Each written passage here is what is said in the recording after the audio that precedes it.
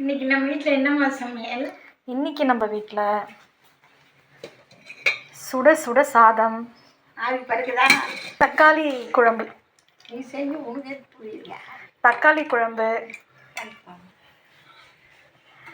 அவரைக்காய் பொரியல்,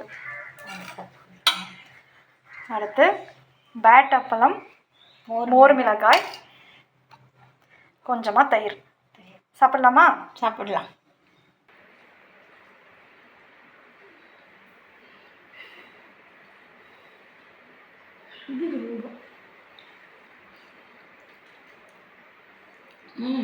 சூப்பராக இருக்கு. நல்லா இருக்கா?